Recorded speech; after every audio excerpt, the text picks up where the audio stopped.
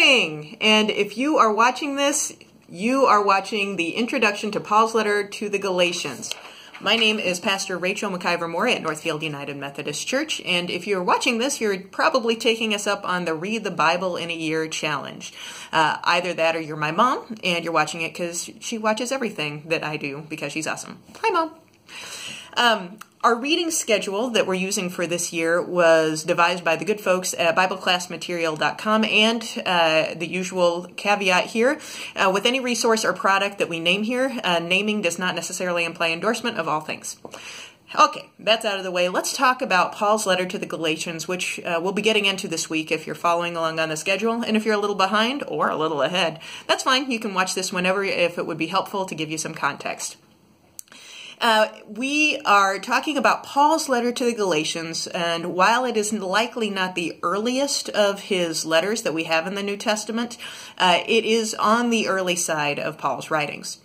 It is addressed to the churches in Galatia, which is part of what we now call Turkey, and Paul and some of his compatriots had planted several churches in that region, and this was in an era before the followers of Jesus had fully split off from followers of the Jewish law.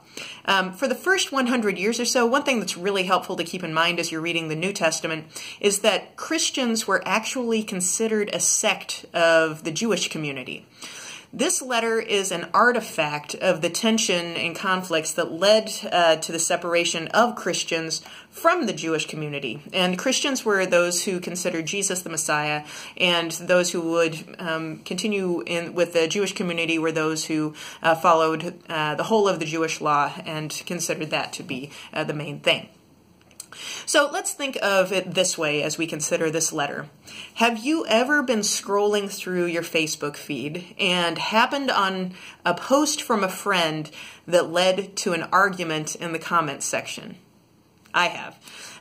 Reading Paul's letter to the Galatians is a lot like reading just the argument in the comments without having the original post to tell you what started the fight.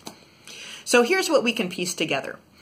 Paul had planted the churches in Galatia, but then other traveling preachers had come through with a very different interpretation of what Jesus' life, death, and resurrection meant. So as Paul understood it, Jesus had completely opened up the covenant with God that had been previously exclusively for the Jewish people to live out. And that Jesus' life, death, and resurrection had opened that up to people of all backgrounds and all nationalities.